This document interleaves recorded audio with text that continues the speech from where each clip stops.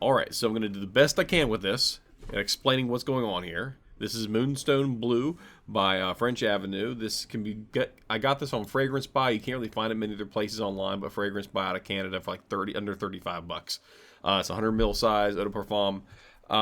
This I'm going to just go ahead and give you the notes because there's a whole bunch of them, and I'll tell you what it's kind of meant to clone. But so opening notes are metallic notes, watery notes, aldehydes, violet leaf, cardamom, and black pepper. That's the opening. Middle notes of lime, cologne, beeswax, lavender, and leather. And then the base notes, and this is the long one, white musk, gurgeon balsam, myrrh, tonka bean, patchouli, vanilla, oakmoss, amber, honey, woody notes, and cedar. So there's a lot going on here. Now, what French Avenue is trying to clone is Sartorial by Penhaligon. So that's what they're trying to kind of make a twist on here. The first thing I'll tell you is this is sometimes qualified as what they call a barbershop scent, which basically means a whole lot of, like, in the U.S., like classic vintage barbershops have a lot of kind of that synthetic lavender smell associated with them and some other metallic smells. And that's the kind of the key thing here. When you smell this, even after, I'll take a big whiff real fast. Even after quite a while, you get the aldehyde, airy kind of smell, the watery kind of notes, but a whole lot of what just smells like, I'm going to say, imagine metal that's coming out of the dishwasher. Like you just dishwashed a whole bunch of stainless steel pans. It's that kind of metally smell. When you combine the lavender in with it, it makes it kind of interesting, but it's definitely not a safe blind buy. Now, I did it as a blind buy, mostly because I thought the bottle and box was kind of cool, and I was like, oh, that's a neat looking bottle. It kind of looks like the moon. It's called Moonstone, kind of artsy-fartsy looking, which is cool. But, yeah, it's not a safe blind buy unless you are someone who really does enjoy those barbershop-style colognes. I'll say right off the bat, it smells very synthetic, and that's not necessarily a bad thing. The atomizer is decent, does the job, as you can see in the slow-mo there. But it does smell pretty synthetic, and that makes sense because a lot of the notes they're trying to evoke are the notes of, like, metal and some aquatics. But even when you add that in with, like, the really, really strong lavender, it does make it smell fresh. My wife smelled it and he said it smells very nice and clean.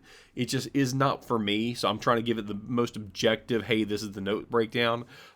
It took, I will say, at least 2 hours for that metal opening to finally go away from my nose, where I could take a whiff of my arm where I sprayed it, and I was like, okay, I'm not smelling metal anymore. And I started to smell more of the vanilla and some of the tonka bean and some of those bottom notes.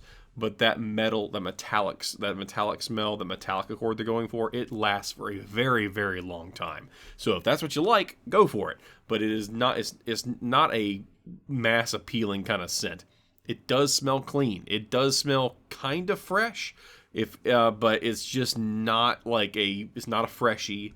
It's its own unique thing. Again, when you look it up, you start looking up and doing research online, like they say barbershop cologne, and in America that just means a whole bunch of lavender combined with what really is kind of like metal smells, metallic smells, some wateriness, some aldehydes, all those things. The metal smell was so intensive, I couldn't even smell the black pepper that may or may not have been there. I could kind of get the lime in the middle. I kind of just barely get a hint of that. It was like almost like it wafting by.